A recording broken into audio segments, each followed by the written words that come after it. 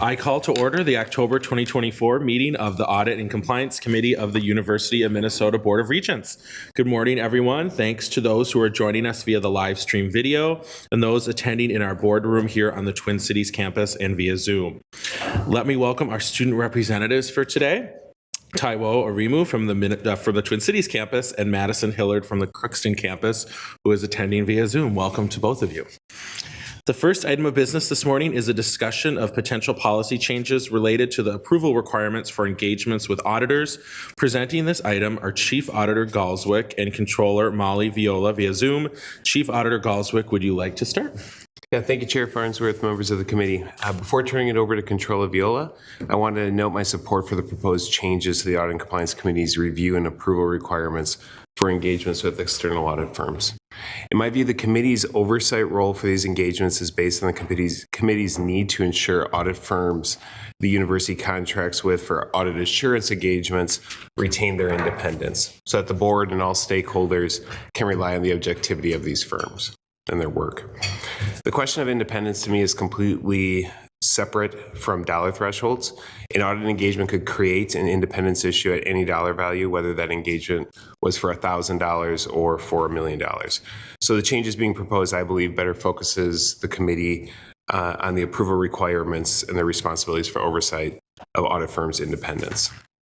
With these changes, the committee will still retain authority to approve the hiring of the university's principal external auditor in alignment with board policy, and will be kept informed of all engagements with external audit firms through information items.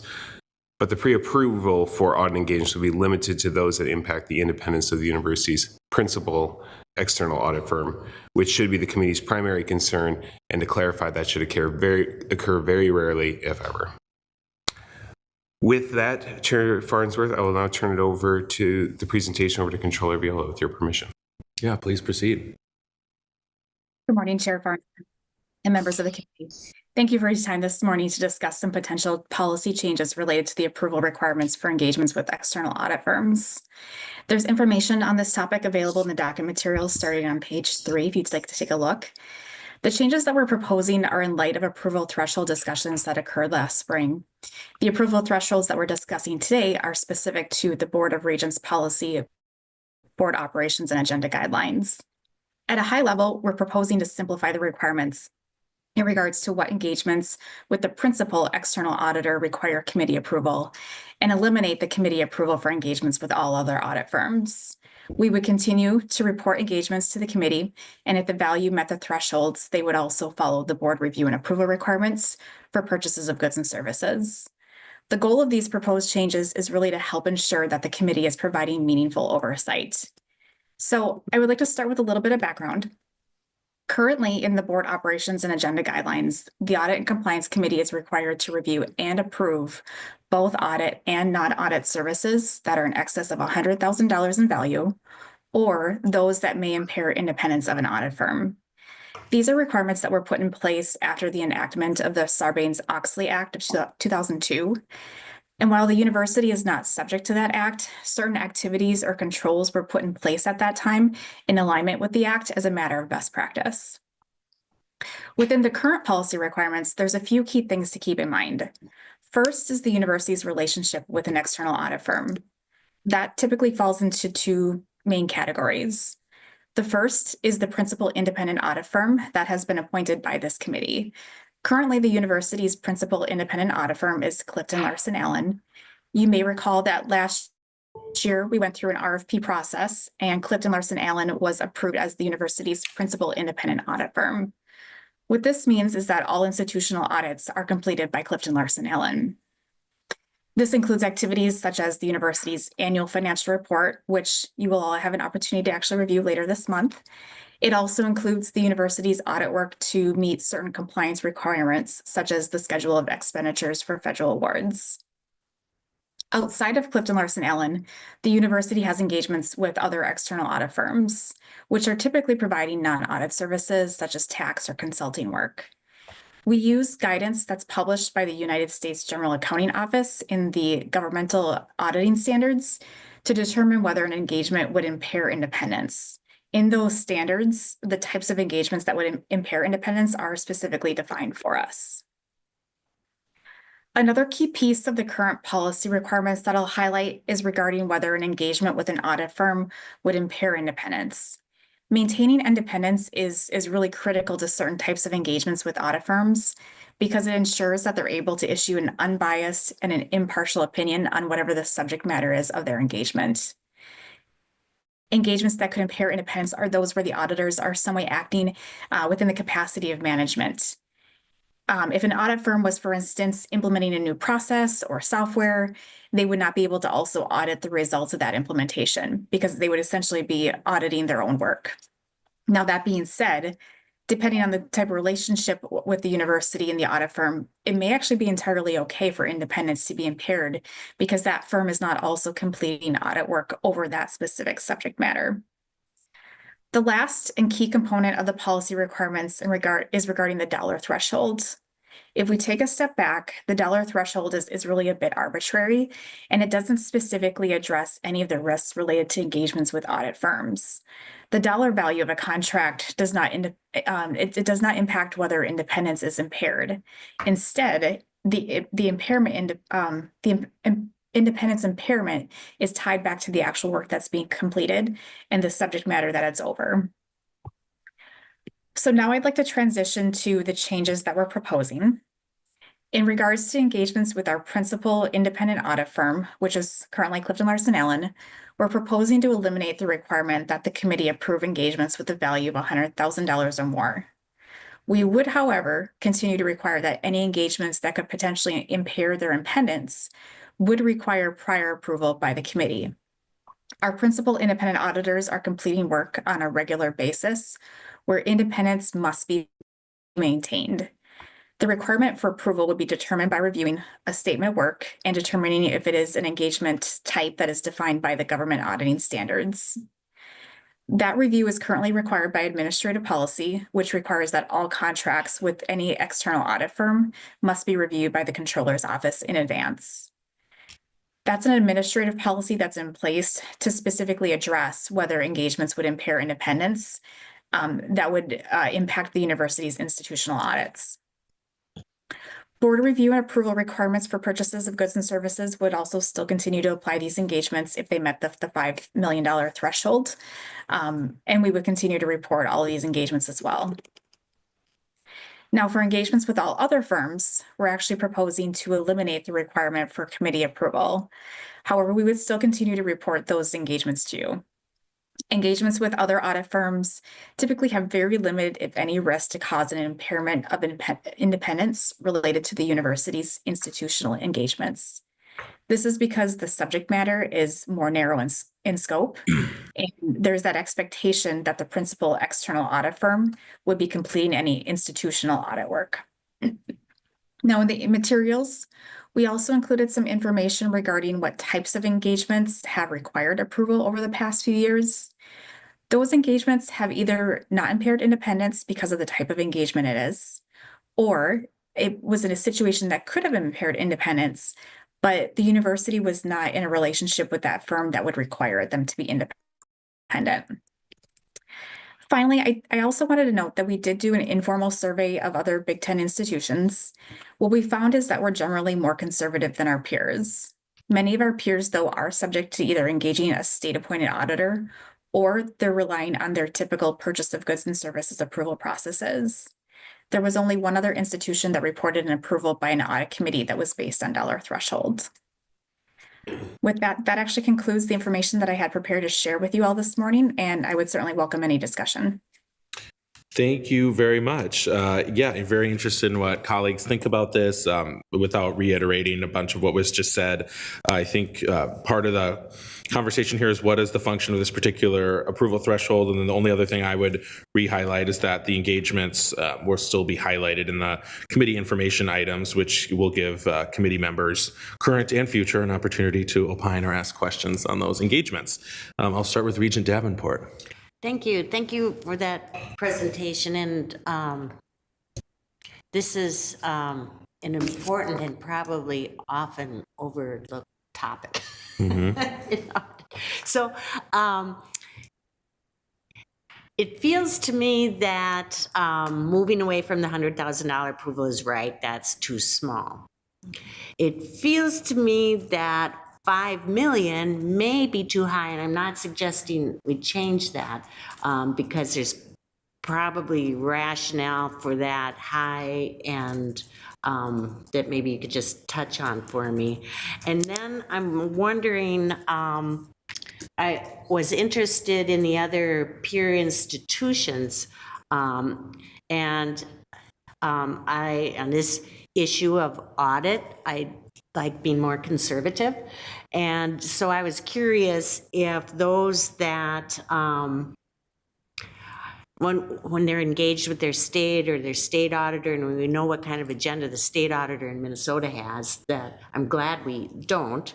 I'm just curious about if there's any looser or tighter restrictions, or how we compare on outcomes when we use the more conservative approach. I'll defer to whoever wants to address that first. I'll take the first. Yeah, thank you, Chair Farnsworth, Regent Davenport. I'll at least take the first piece. I might need some clarification or ask Controller Viola to respond to the second piece. So as it relates to the dollar thresholds, again, from my perspective, the role of the Audit and Compliance Committee as it relates to oversight of audit firms is really about making sure that their work is objective, that can be relied on. It's about the independent, and that's where we're focused on the independence piece of it. As I mentioned before, there could be a $1,000 engagement that Clifton Larson Allen, for example, could do that would create an independence issue where suddenly now there's a problem where they can't attest to the validity of our financial statements because they've helped consult on it effectively. And so when we get into the dollar threshold piece, to me, that is a question that the Finance and Operations Committee has discussed or has been thinking about, of when does the board want to step in to be able to say, yes, we want to be able to have an approval on this kind of large engagement. So what would be the dollar thresholds associated with that? That, again, which is the board's prerogative, but I think is a little bit different than what I would think that the Audit and Compliance Committee should be focused on or would be focused on. That being said, the $100,000 threshold was a threshold that was established in 2002. If we made this a much higher threshold, this might be kind of a moot point where there's very few engagements that really, are hitting the $1 million type thresholds or whatever it might be. So it might still function, but I would argue that isn't really in alignment with what the audit committee's role is as it relates to the oversight of the audit firms. In addition, as I mentioned in my opening remarks, the audit committee is responsible by board policy to select and approve the external principal auditor. So we'll continue to do that regardless of what that dollar threshold would be. So they would still have that approval because that is the audit firm that is acting on behalf of the Board of Regents on a number of issues. As it relates, so to your second question, I don't know if I can opine, and maybe Controller Viola can, on what the differences is in their audit work or the quality of their audit work versus our audit work. It's a difference in approach. So for example, Illinois requires all of their universities to be audited by their state auditor, is my understanding.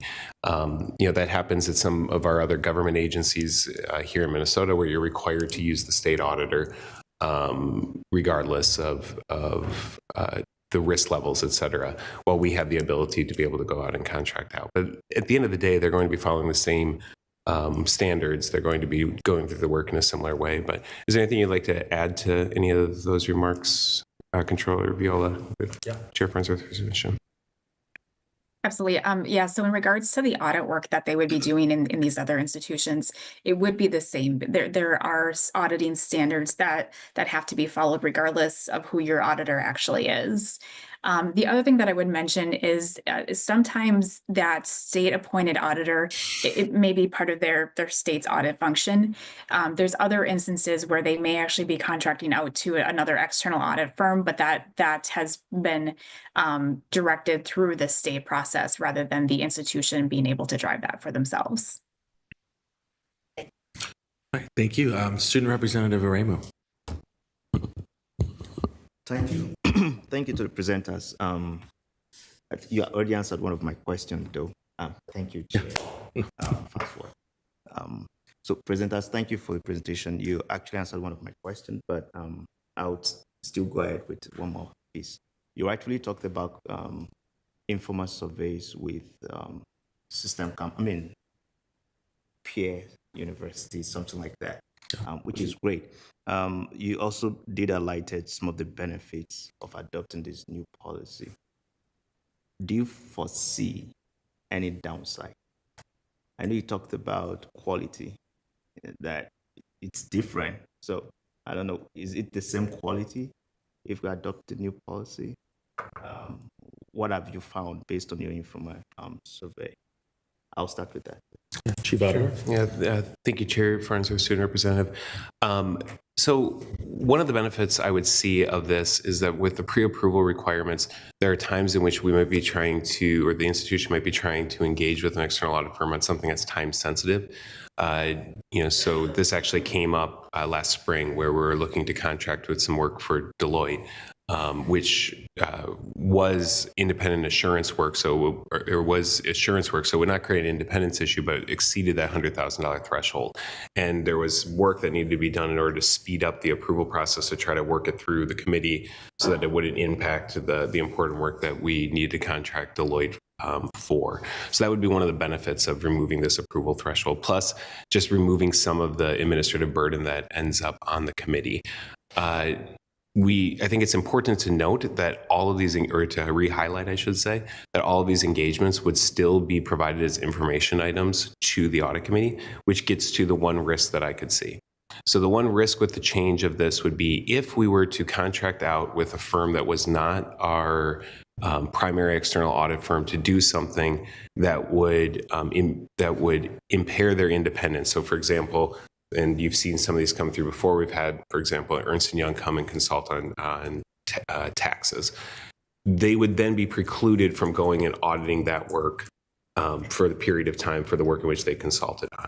So if we were coming up to an RFP, if we're on our principal external audit firm, there could be this issue of, well, Ernst & Young just got done consulting on this work. Now they can't be the independent audit firm over that work. But in practice, that wouldn't really happen because it's going to be a much more narrow time frame in which they're going to be providing that consulting on, and they will have independence again once they move past that time period. But that would be the only risk, and I think that's how we're managing it through the information items, so that the audit committee would continue to be aware of any of the firms that we're working with. So if there was some crazy situation where we had every audit firm, under the sun that was consulting with us, and suddenly we limited our ability to have a good pool in an RFP for our principal external audit firm, that would be the one risk. And again, I think we can manage that through the information items. Great question.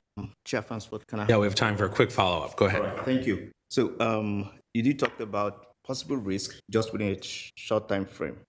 So do we have a process in place where we can monitor the effectiveness of this new policy? Chief Auditor. Thank you, Chair Farnsworth. I would say that we would have an ability through, again, these continue being provided as information items to the committee, so that if the committee felt that, hey, this is something that we think is a bigger deal, why weren't we informed of this sooner? There would be an ability to make a change to this policy or to at least provide that feedback quickly in the future. Again, because you're going to continue to get eyes on all of the things that would have maybe potentially required approval in the past, you would continue to see those. Yeah. Thank you. And before I move on, we'll point out, Student Representative, you're welcome to move down one. Your nameplate is actually right next to you. So there you go. I will move to Regent Kenyanya. It's on restraining order, actually. Just broken, actually. Sorry to interfere. Thank you, Mr. Chair, Chief Auditor, Controller. So one thing I'd like to point out, and Chief Auditor mentioned it, contracts for the actual engagement of the primary external auditor require board approval regardless, and I think that's really, even if it was $1. So it's good to know that that's still in there.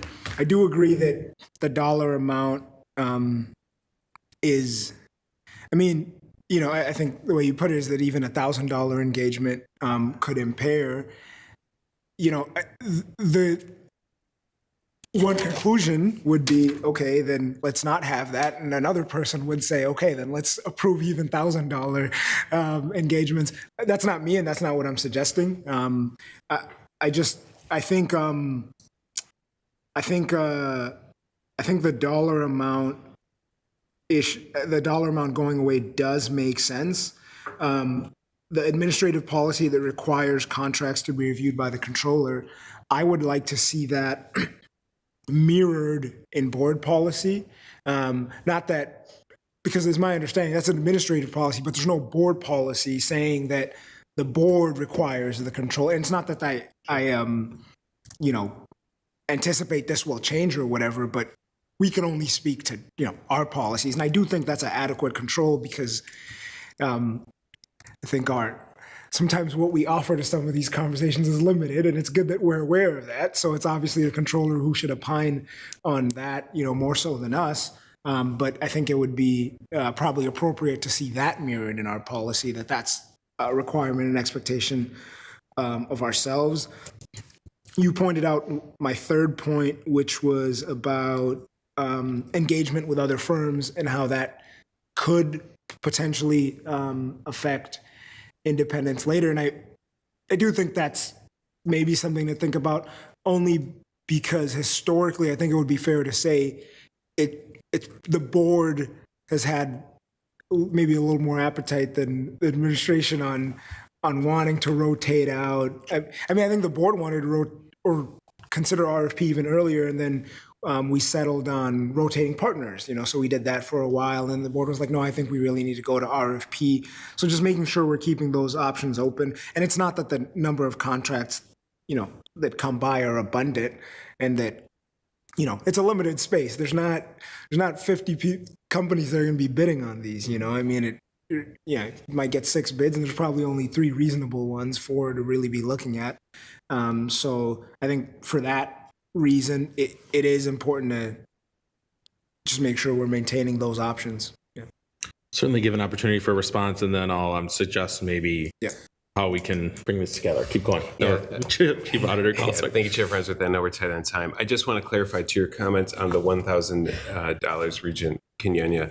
If it created an independence issue with our principal external firm, it still would require approval, which I think is the appropriate action. As for the amendments to board policy, to clarify the controller's role, I would defer to Controller Viola if that would be something that they think is necessary. But regardless, it would happen because it's a key role of the controller's office to make sure that that the financial statements are able to be opined on by an independent auditor.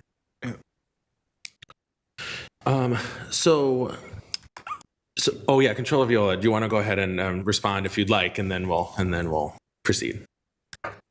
It's definitely an interesting thought to have the board policy mirror the administrative policy. It is a kind of a key responsibility, I would say, of mine to make sure that we're not putting ourselves in a position where we are impairing our independence with our external audit firm. I would certainly be open and willing to entertain that as an option. So what I'm hearing is, so this was teed up for discussion today. We had a little bit of conversation in agenda planning. This was a discussion, and then as you can see in the bottom of the docket item summary, if the Audit and Compliance Committee is supportive of these changes, the proposed language will be added to other committee adjustments currently under consideration by Governance and Policy. So I think the idea of this was the policy is open in Governance and Policy, but I'm not necessarily sure there's been a number of other considerations opened up, which I think are important discussions, and I'm not necessarily sure we're all the way there yet to just kind of endorse the decision or the things as is that are moving in Governance and Policy. And maybe it would make sense to consider it as a review and action item, or maybe that this was the review. This could in lieu be considered the review, and then the action would be at the next Audit and Compliance Committee, which may require opening up board operations and agenda guidelines again in February, but at least it creates a cleaner process for the Audit and Compliance Committee. So I'm open to feedback from committee members, and I may have got the details wrong there, so I'm open to staff to correcting me there. But bottom line is, I'm not necessarily sure we're fully supportive of the change as is. And this wasn't teed up as a vote either, so there's a little bit of a weird thing going on here. But I'll go to Regent Kenyanya. Yeah, thank you, Mr. Chair. I mean, so just to clarify, the hope or plan was for, from this discussion, this to move to governance and policy? Yeah, and I wasn't sure. We had some discussion about that procedurally earlier, and I wasn't, because we don't really govern by consensus or support. You know, there's either a vote or there's not, and you know. So, anyways, yeah, keep going. I don't know that we're that far from that. You know, some points were made, and I think maybe mine was a semi amendment, if you will, and I haven't heard any opposition to that. I mean, I think we can get to a place in the next minute or two where we forward this to governance. That's just my thought. Yeah, about Regent Davenport. I concur that I think let's not delay and have it go as a package with the other things. Okay, so yeah, so there isn't, like, it is teed up as a discussion, so there isn't really, I mean, we could summarize kind of what we talked about. And then, do you see what I'm saying? There's a little bit of, but if you would like to, On the fly. I can yes, go for it, Regent Kenyanya. Mr. Chair, I would move motion that the committee endorses the proposed changes with the addition that board policy be amended to reflect the administrative policy requiring the controller to review external auditor engagements for independence impairment. Thank you. Is there a second? Second. Any discussion? All right. All those in favor of Regent Kenyanya's motion, please signify by saying aye. Aye. All opposed? All right. My That sixth passes. year. I hope that's clear for everybody. My sixth year, I got my first one in. So. Yeah. More than me. So, all right. With that, we will move on to our second item. Thank you, by the way, for presenting on this. Our second item is an overview of the university's insurance programs and emerging risks. Here to walk us through the item are Interim Vice President Mike Volna and Steve Pardo, Director of the Office of Insurance. Interim Vice President Volna, when you're ready, please feel free to start us off. Thank you very much. For the record, excuse me, my name is Michael Volna. I'm the Interim Vice President, CFO, and Treasurer. Steve Pardo, Director of Risk Management. So good morning, Chair Farnsworth and members of the committee. We are very happy to be here this morning for a discussion of the university's risk management and insurance programs. Excuse me. We will touch on a wide range of topics, including how enterprise risk management provides a framework for an insurance program, the role of insurance in risk management, the insurance structures and products that we use right now, and some examples of successful initiatives that have been deployed to manage insurable risks. So as I said, enterprise risk management is an important topic and dovetails in with an insurance program. The starting point for any effective insurance program is some sort of a framework for identifying and evaluating risks. Enterprise risk management is often that framework, and I'm sure you're all familiar with the university's newly launched ERM initiative that was part of Impact 2025.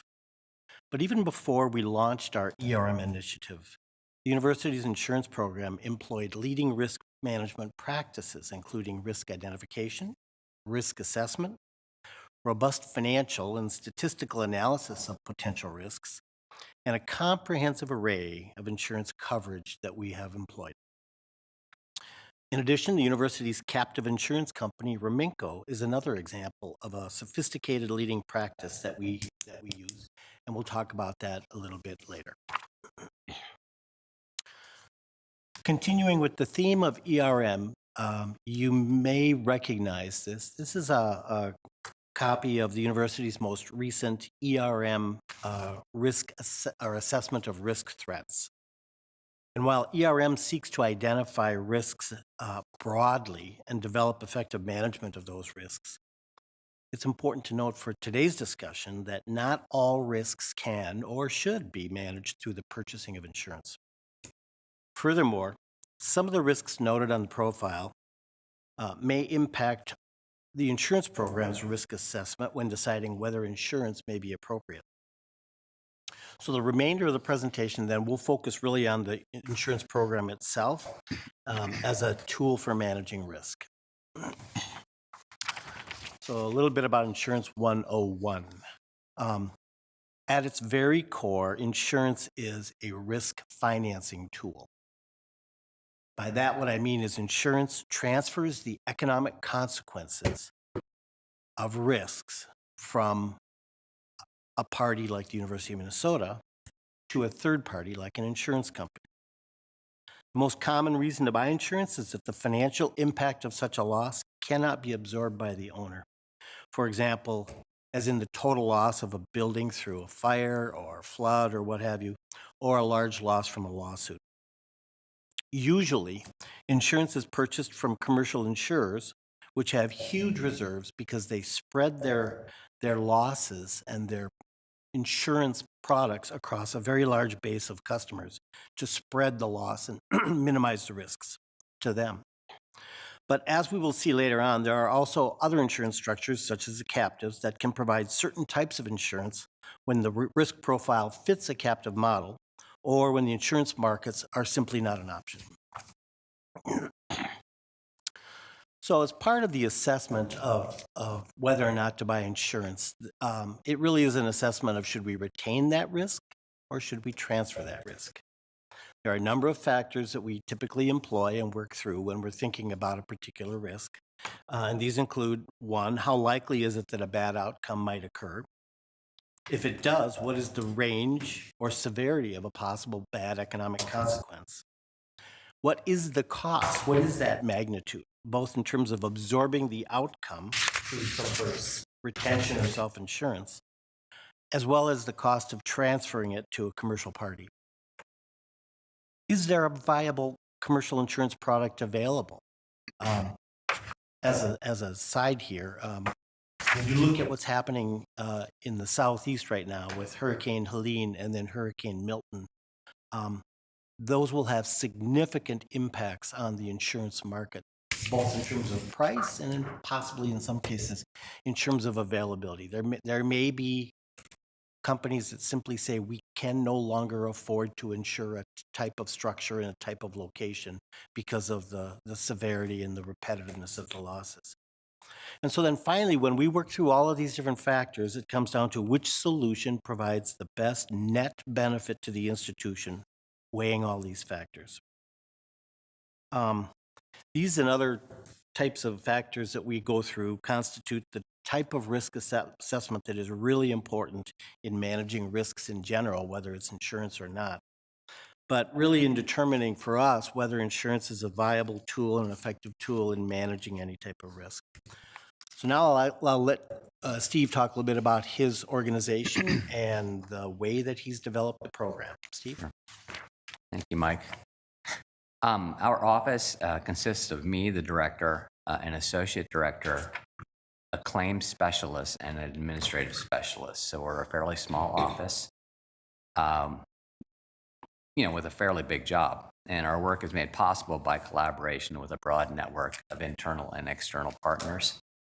And I'd like to call out the first partner that's listed there, internal partner, the university at large. It never astonishes me when things go wrong at the university. It's a big place and it's a complex place, and we're doing a lot of activities. I am every day astonished at how often things go right. And I blame that on all of the units and departments out there that just seem to have a real good sense of where they're at with risk and when they need some help. And they come and seek it, and we're happy to be able to provide that consultation and assistance. I would agree. I think that the culture of risk assessment and risk management is spread throughout the institution, and every day we talk to units that embody that. So this slide really provides you with a snapshot of how we structure our program. We employ both risk retention through various mechanisms, deductibles, insurance, self-insurance, whatnot, as well as risk transfer to manage a wide range of risks. First of all, I'd like to point out the university uses our workers' compensation program as well as the various insurance deductibles and other products, as a cost-effective form of retaining some level of risks. Without doing this, our insurance costs would be significantly higher because we would be asking insurance companies to cover every loss at every dollar amount, from $1 up to $10 million. Second, we also have a captive insurance company that I've mentioned, Reminco, a very original name. It stands for the Regents of University of Minnesota Insurance Company. It is domiciled in Bermuda, which is one of the captive insurance sort of capitals, and where you find a lot of expertise that helps us manage that. And finally, the university also purchases a variety of proprietary insurance products to manage unique risks that may be either significant or are so unique that third parties are better equipped to handle them. So now I'll turn it back to Steve, and he can walk through the various elements of the program and answer any questions. The first thing I want to talk about is our captive insurer, Reminco. Captives can be a very cost-effective method for financing risk. First of all, they are real incorporated companies. This particular company was incorporated back in the 80s. They work well for what we call the burn layer. That's the first level of loss that's likely to be tagged or impacted by some sort of loss event. Insurers don't have a real strong interest in covering, areas that have frequent losses. There's a lot of frictional costs there because they have to deal with the claims. So the captive structure works particularly well for that. It also works well because we enjoy what we call tort cap protections for the bulk of our claims. This eliminates the need for coverage that exceeds that burn layer for the majority of our claim events, and that makes the captive very workable. In contrast to a captive, there's also so-called self-insurance, and self-insurance is sort of a grandiose term. It really means we don't have any insurance. We're just on a pay-as-you-go basis. So there's no corporate structure around it. The university is permitted by the state of Minnesota to self-insure our statutory work comp obligations. This works because these claims tend to be numerous, several hundred per year, and they tend to be relatively small. And that makes the aggregate annual cost of the work comp program pretty predictable and very easy to handle on a pay-as-you-go basis.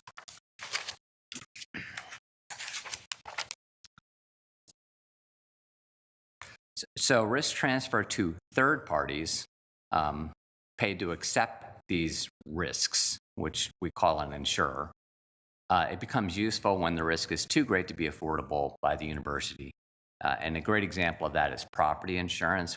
We've got about $18 billion of insured property values.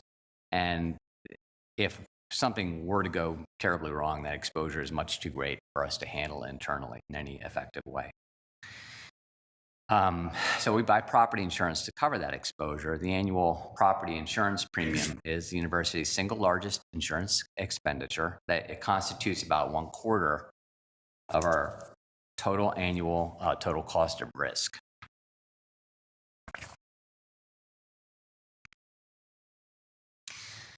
Some other exposures that fall into that proprietary commercial insurance bucket and lend themselves well to being transferred to an outside party include liability events where there may be no tort cap protection, such as liabilities that arise outside the jurisdiction of Minnesota courts.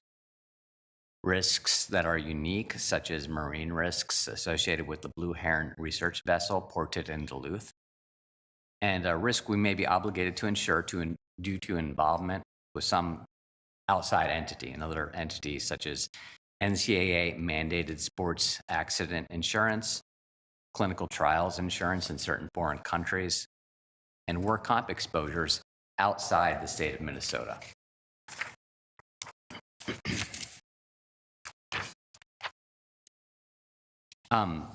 The office has established and administers what we call a work comp safety fund. The safety fund contributes to the purchase of durable equipment that enhances the safety of employees whose jobs involve a higher risk of injury. In the past, the safety fund has paid for equipment such as lifts for heavy loads, remote emergency radios, eye wash stations, flammable liquid cabinets, and so forth. A notable example is the replacement of older table saws, which had minimal safety equipment on them, with what we call a saw stop. And the saw stop is kind of this neat deal. If you ever have a chance, Google it. It is a table saw by all appearance, but if you take flesh, or in the video, it's usually a hot dog, and run it across the blade, it stops instantaneously. There's a magnesium sacrificial break in it. And somehow it detects that it's not wood. It's not something you should be cutting. And it stops instantaneously. We've had at least one save reported. We don't hear about them all. The aggregate cost of that replacement was about $80,000. One amputation is going to be well in excess of that, not to mention the fact that we just can't have that happen here. Right. So.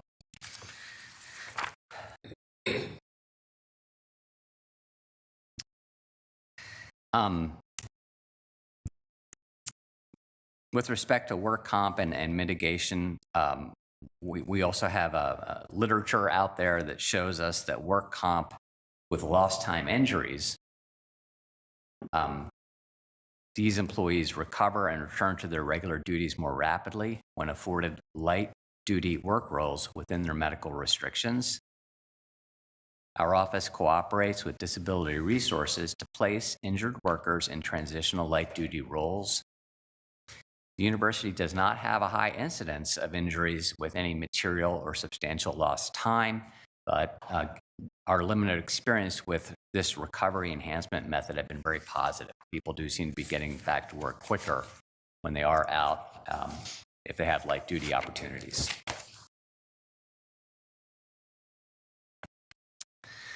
The university's property insurer, and this has caused a lot of confusion over the years, is FM Global, and we call them FM within the industry, and obviously that there's a little cross up there, but FM Global has a fire protection engineering staff that develops industry-leading standards.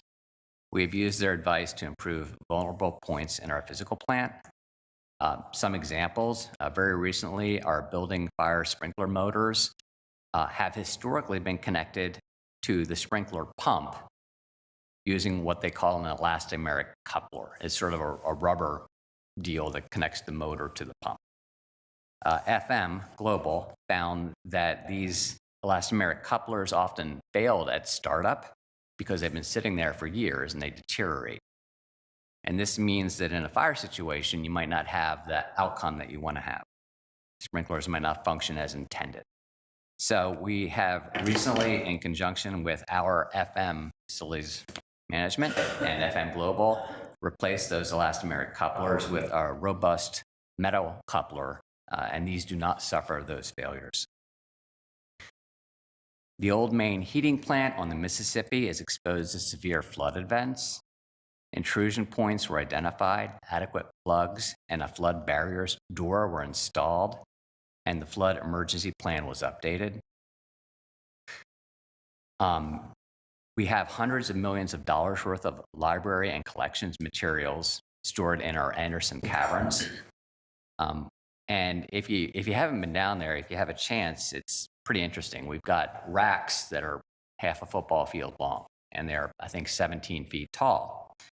And due to uninterrupted horizontal fire load in those racks, they are filled with books, and excessive storage height, the sprinkler system is currently inadequate. When some materials are moved to our new offsite storage facility, there will be really a generational opportunity to install horizontal fire stops and reduce the storage heights. And these mitigating actions will allow reconfiguration of storage such that the cavern sprinkler system will again be adequate to the potential fire load.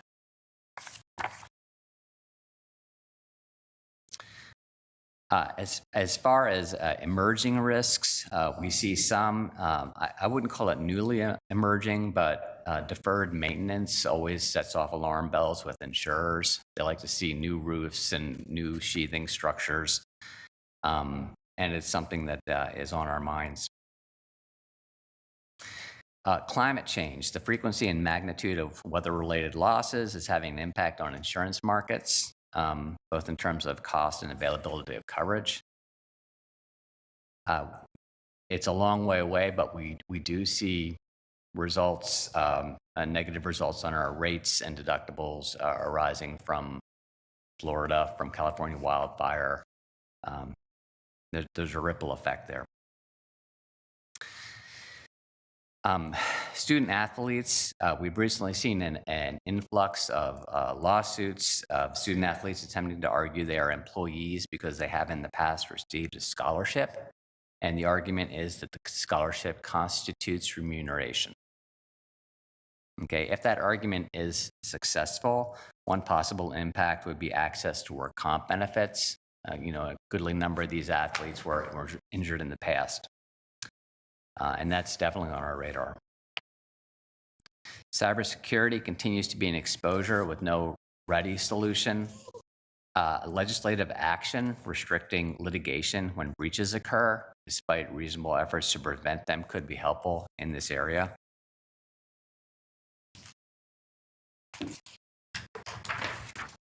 So finally, finance wouldn't sit in front of you and talk about something without talking a little bit about money. And so this slide gives you a little bit of a snapshot of the cost of risk for the university for the last 10 years. And we basically define cost of risk as the cost to acquire insurance and or the cost of absorbing losses through self-insurance of various types.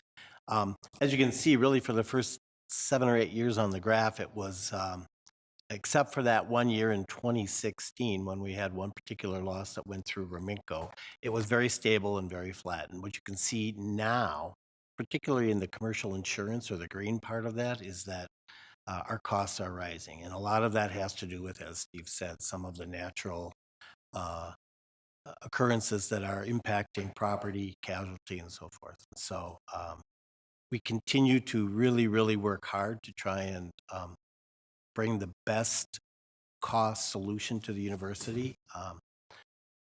It will continue to include and require very, very sharp and thoughtful risk evaluation and financial evaluation. But in total, a $20.6 million insurance program that protects $18 billion worth of property, 27,000 employees, and 70,000 students across the system is actually a pretty good value. And so we're very happy with the results. We hope you are, and we're pleased to answer any questions you might have. Thank you very much for the extremely informative presentation. We are behind on time, so maybe we have time for one or two colleagues, and I'll start with Regent Kenyanya. Okay, I had two. I'll pick the better one. Thank you both. I'm wondering how these costs are funded or spread across the university, and is there some sort of pool or assignment? I can imagine maybe with facilities that may be pretty simple. What's the value of this asset, and then we pass that on.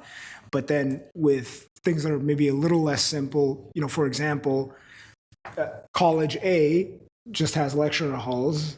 College B engages in labs, that pose high risk and whatnot.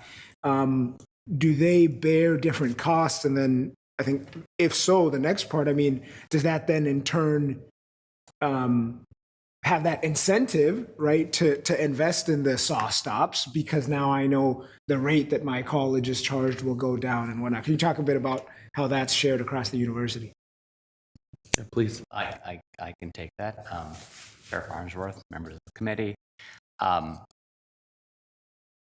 When I came here 17 years ago from private sector, which is clearly a different world, I thought along those lines because those are the lines that make sense to private sector, and that's how we do it. At the university, the way we allocate insurance costs is generally by square footage and by payroll running through a department. So it's not directly tied to loss history. I think there are reasons for that and how we're funded through various federal agencies and grants that I'm not privy to, but that is how it's done here, and that's how it's done at other big universities. Is that Yeah, it does, Mr. Chair, briefly. That makes sense. And again, we're not private sector. And so maybe it doesn't make sense to flip that on its head, but I am a little interested just about that, the incentive part, right? Where, and everyone cares about safety, right? But of course, when you're choosing where to invest, it'd just be interesting to see if that's reflected that, but yeah, thank you. That helps. Of course. Thank you very much. Any other really quick questions here? Yes, student representative. Yeah. Thank you, Chair Francois, and thanks for your presentation. I like the example you talked about replacing the conventional table source with a stop source. Do we have a platform where we can share some of this successful risk management so that other units or departments can at least have some innovative or ideas or some sort of collective planning? Sheriff Farnsworth, members of the committee, we do not have a formal platform. We do try to keep engaged with the units and departments that seem to generate a lot of injuries at the university to let them know that this facility is available and that we can pay for improvements where they feel they're needed. And we generally rely on those folks to assess their need and come to us. And we have a process where they submit an application. We review it to make sure it fits within the terms and conditions of the program. And then we pay those expenditures. So that's generally how it works. All right, thank you very much. And thank you for this really informative discussion this morning. There's a lot here and it's all really important and a lot of timely examples and emerging risks as well. So thank you very much. Our third item is an update on 2 remediation efforts in response to issues identified by the Office of Internal Audit, which have been outstanding for over 2 years. It's kind of 2 presentations in one here. Our presenters for this item are Associate Vice President Catherine Bonison and Julie Delaquanti, Director of the Tweed Museum of Art on the Duluth campus. Julie is via Zoom. Catherine is here, and I can't remember who's starting first. So Julie, please proceed. Thank you, Chair Farnsworth and members of the committee. I appreciate the opportunity to provide this report. As the new director, you may not know that I just started in June of this year. So I am the new director of the Tweed Museum of Art at the University of Minnesota, Duluth. The Tweed Gallery officially opened to the public in September 1950 in what had been the Duluth home of George P. and Alice Tweed, and where they displayed art from their private collection. The Tweed Museum of Art on UMD's campus opened to the public in October of 1958. The museum now holds approximately 11,000 objects in its care, including Alice Tweed Tuohy's foundational gift of about 400 works. The collecting strengths of the museum are in the areas of ceramics, works on paper, photography, and modern and contemporary Native American art. Next slide. Upon my arrival, I was apprised of an essential finding issued in March of 2019 that stated a complete inventory with current valuations of the collection had not been performed for over 25 years, and inventory records were incomplete. It's my understanding that the COVID pandemic and changes in museum leadership attributed to the delay in resolving this audit recommendation. I'm pleased, however, to report to the committee that the inventory process commenced in November of 2023, and an inventory of the collection was completed in June of 2024. We're grateful for the support provided by the Office of the President and the University of Minnesota system that enabled the museum to do this important and necessary work to resolve the outstanding audit recommendation. Next slide. After the completion of the inventory, I, along with Aaron Hicks, the museum's new registrar, who also started earlier this year, developed a proposed inventory and appraisal plan that will guide the museum going forward. The plan will increase collection security and improve location control of all objects held in the museum's care. The Tweed will implement a system of partial inventory and spot check audits 2 times per year, which supplement the regular collection management processes that document the movement of artwork within our database. The spot check audits of 200 objects are designed to prioritize collection security, but also consider institutional capacity limitations. The Tweed currently has a staff of only 5, of which includes myself. We aim to migrate the collections records from the current database to a new web and cloud-based database by or before June 2025. And with this target date in mind, our first spot check is scheduled for July of 2025. Next slide. The 2024 inventory also surfaced a need for further investigation to verify the veracity of information in the values field of the database. So the Tweed will work with an independent appraiser to authenticate and appraise 1,000 works, so about 10% of the collection, including those identified as high value and on a list submitted in 2024 to the Office of Internal Audit. And appraisal of these 1,000 works will be completed by 2034. In the meantime, we will maintain the current $30 million insurance valuation until the appraisal is complete, unless there are high-value works gifted or acquired into the collection or data-supported findings during this data migration to the new database, and our paper file and search and discovery process suggests that this amount is not a valid interim valuation. Next slide.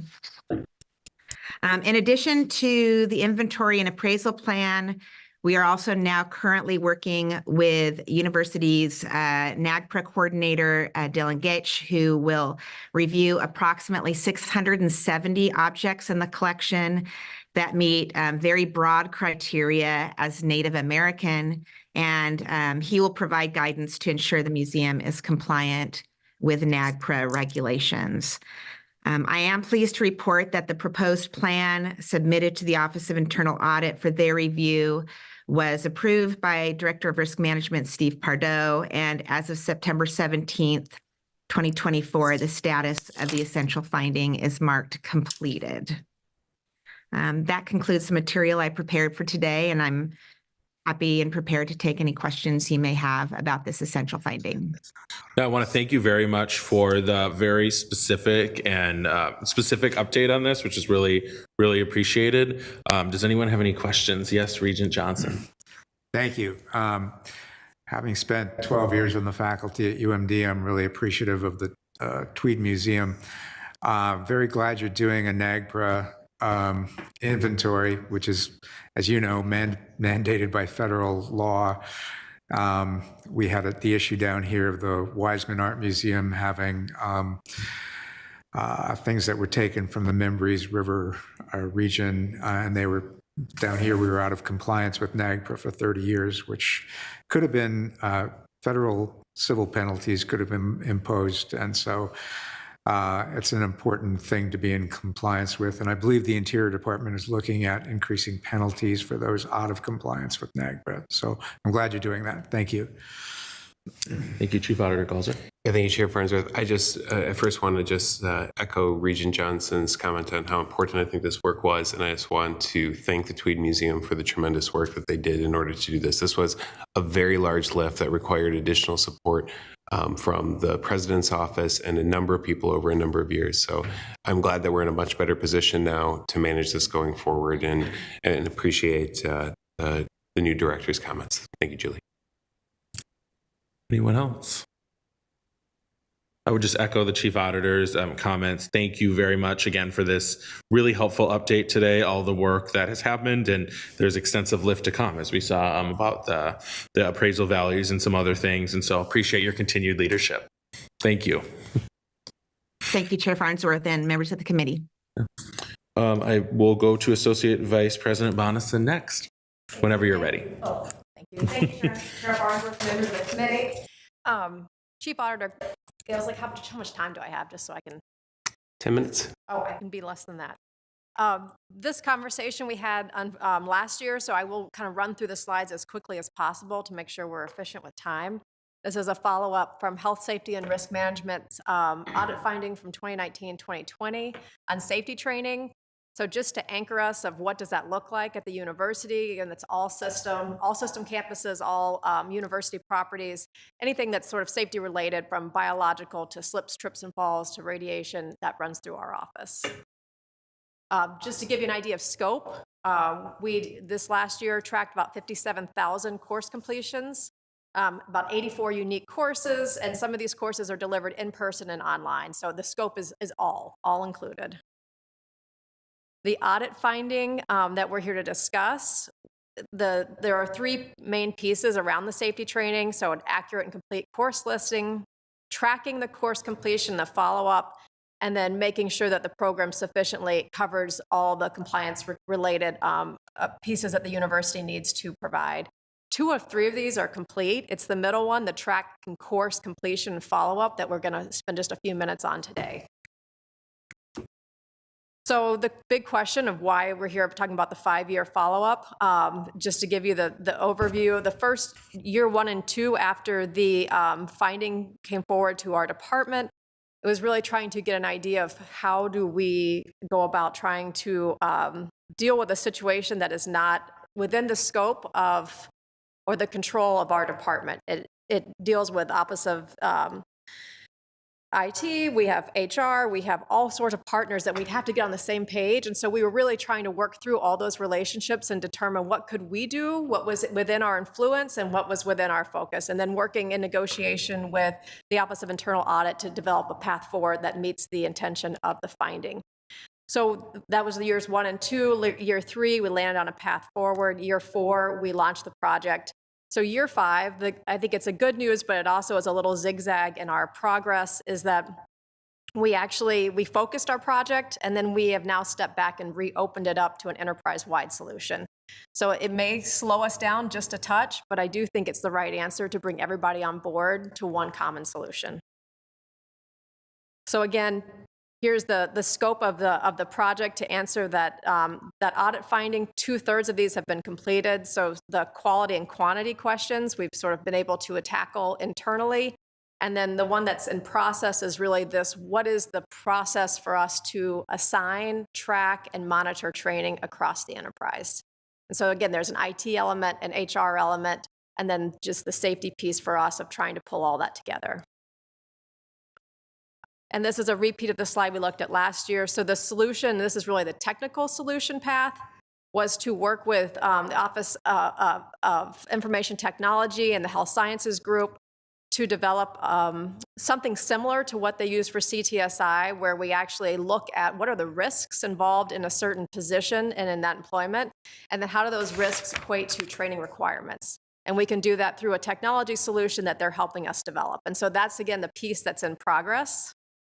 And just to give you an idea of what that looks like, is that the training could be assigned based on having a supervisor and employee walk through a number of questions.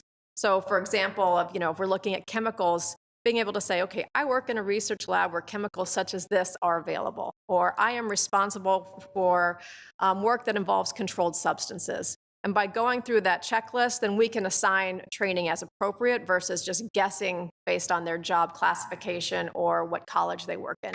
So we're trying to make this as meaningful and tailored as possible.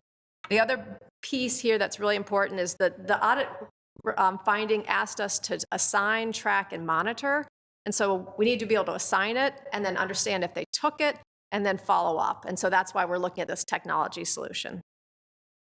So again, the new change this year, what was different from the update last year is, I think last year when I sat here, I said we're really focused on the safety piece and sort of what we can influence in our world.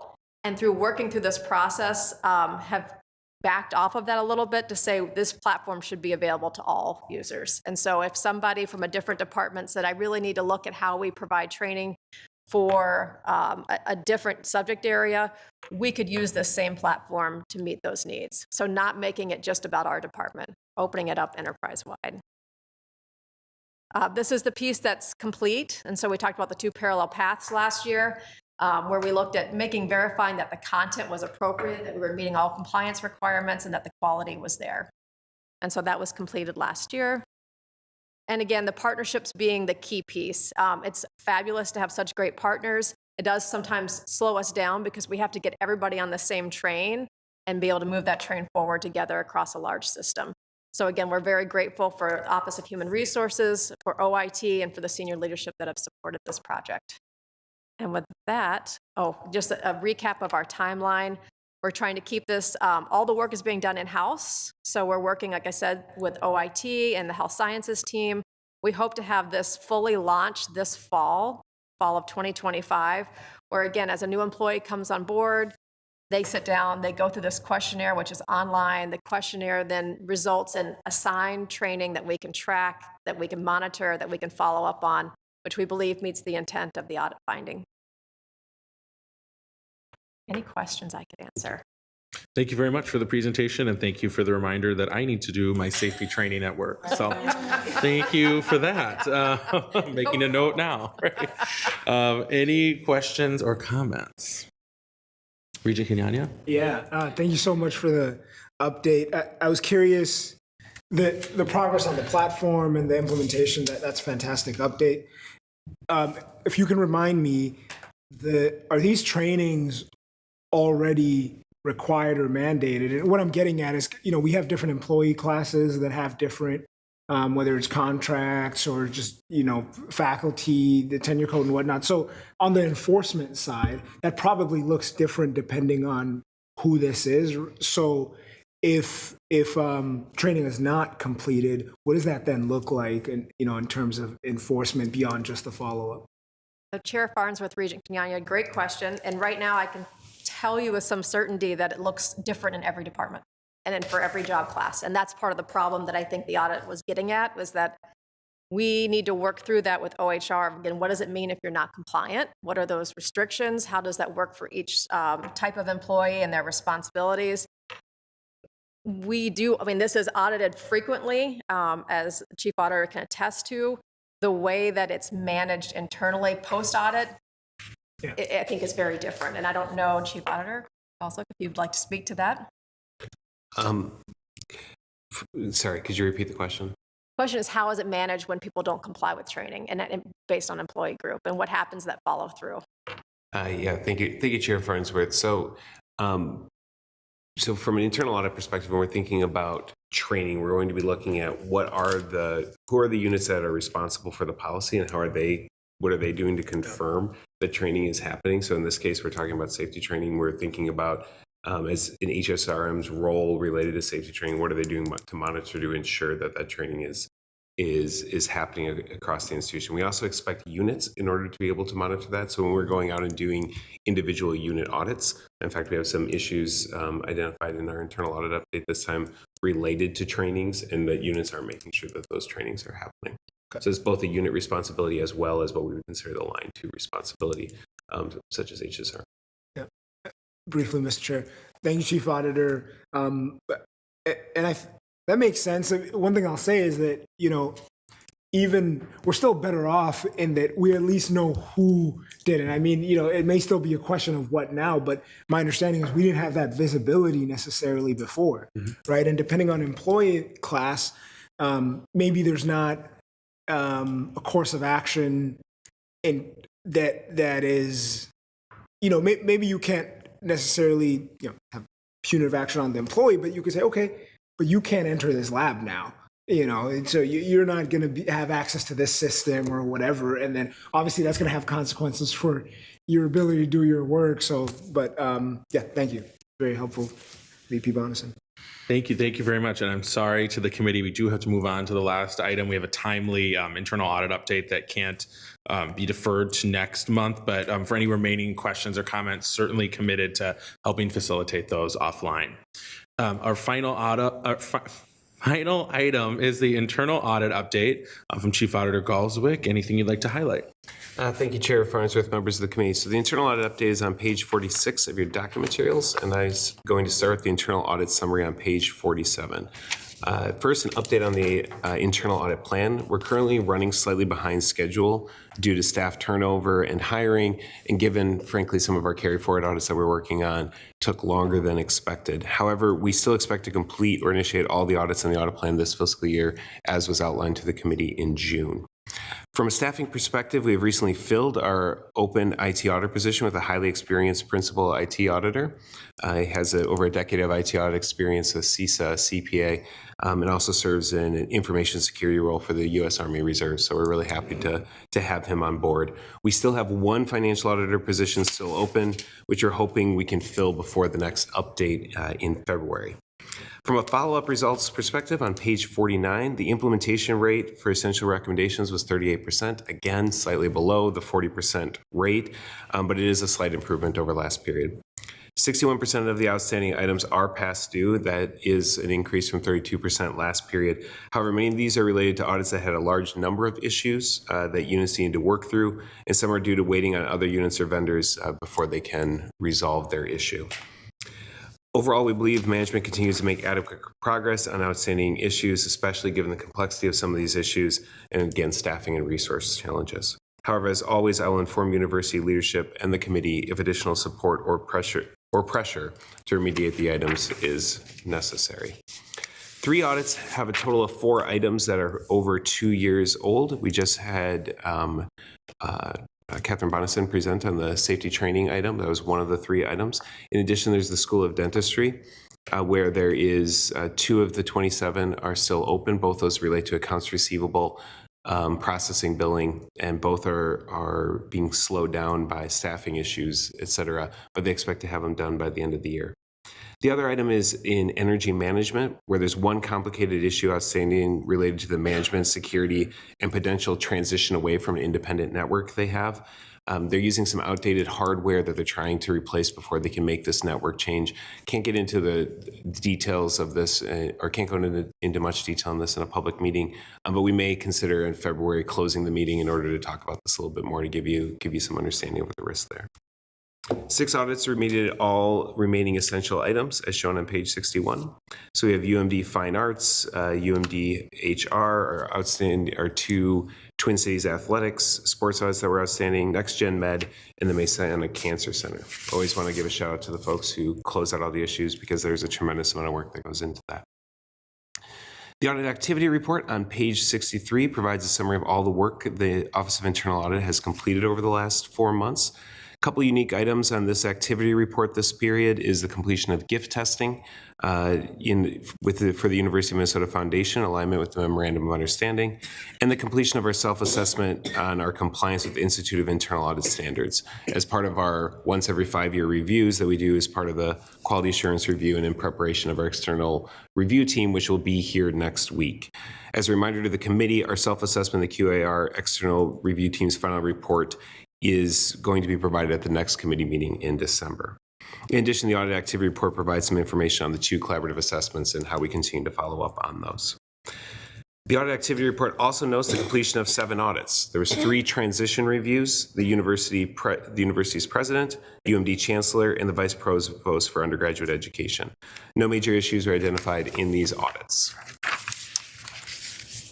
We also had 4 standard audit reports, which are detailed on pages 65 through 68. 2 of these reports we rated as good, Department of Biomedical Engineering and UMD Office of the Registrar. There was 1 audit rated as adequate, Parking and Transportation Services. Overall, they're adequately managing their risk and have successfully recovered financially from the pandemic, which is very good news.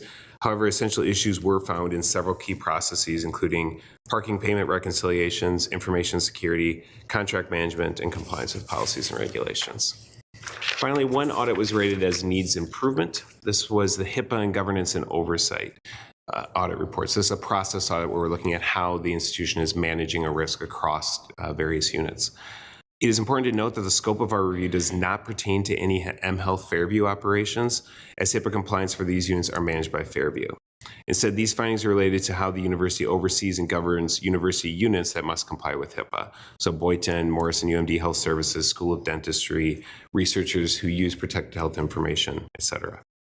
The audit found the university needs to improve governance and oversight, as the governance structure is informal and there is inadequate monitoring, documentation, and communication. These issues are compounded by the number of units involved with HIPAA compliance, the complicated nature of being a hybrid entity where some units have to comply with HIPAA, some don't, and the many different technologies handling protected health information managed by several different groups. In addition, key HIPAA activities such as risk assessments, incident response, and breach notification processes need to be further formalized and the roles and responsibilities defined. The HIPAA Compliance Office and the HIPAA Security Officer are committed to addressing these issues in a timely manner, as noted in the Management Action Plan at the end of the report. Finally, on page 71 is the remediation plans referencing peak. Schedule shows all reports where management has referenced peak in their remediation plans. In FY25, there's been no management responses that reference peak, but we will continue to update this in alignment with committee requests until peak is fully implemented. And with that, I will stand for any questions, though I know we're over time. So if you would like to ask me questions offline, please feel free to do that as well. Thank you very much, Chief Auditor Galswick. I think in the interest of time, we will have to defer questions or comments offline. Again, more than happy to help facilitate those. And before we end, because the Chief Auditor sort of mentioned it briefly in the gift reporting, and our friends at the University of Minnesota Foundation through this role, the chair of the Audit and Compliance Committee sits on the Foundation's Audit Committee. We just had a meeting recently, and they're doing some really outstanding work around their audit function and some innovation that I think are really in line with what we're trying to do at the University of Minnesota. And so just want to give a shout out to our friends at the foundation. With that, there being no additional business before the committee, we stand adjourned. Thanks so much, everyone.